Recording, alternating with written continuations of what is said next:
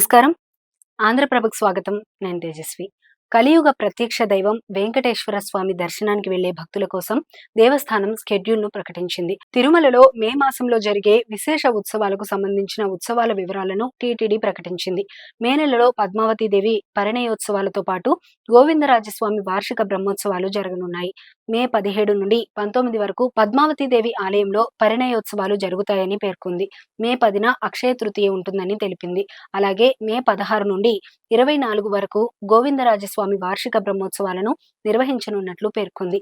మొదటి రోజు 16న ఉదయం ధ్వజారోహణం, రాత్రికి పెద్ద శేషవాహన సేవ నిర్వహించనున్నారు. రెండో రోజు చిన్న శేషవాహన సేవ, రాత్రికి హంసవాహనంపై నుంచి స్వామివారు అనుగ్రహించనున్నారు. మూడో రోజు ఉదయం అంటే 18/5/2024 ఉదయం సింహవాహనంపై విహరించి రాత్రికి ముత్యపు పందిరి వాహనంపై దర్శనమిస్తారు. నాలుగో రోజు అంటే 19/5/2024 ఉదయం కల్పవృక్ష వాహన సేవ, రాత్రికి సర్వభూపాల వాహనంపై నుంచి భక్తులను కటాక్షిస్తారు. ఐదో రోజు ఉదయం మోహిని అవతారంలో, రాత్రికి గరుడ వాహనం సేవ జరగనుంది. ఆరో రోజు ఉదయం హనుమంత వాహన సేవ, రాత్రికి గజవాహన సేవ నిర్వహిస్తారు. ఇక ఏడో రోజు అంటే మే 22న సూర్యప్రభ, చంద్రప్రభ వాహనాలపై స్వామి ఊరేగింపుగా ఆలయ పరిసరాల్లో విహరిస్తారు. మే 23న రథోత్సవం, అశ్వవాహన సేవలు నిర్వహిస్తారు. ఆఖరి రోజు అంటే మే 24న ఉదయం చక్రస్నానం, రాత్రికి ధ్వజారోహణం ఉంటుంది.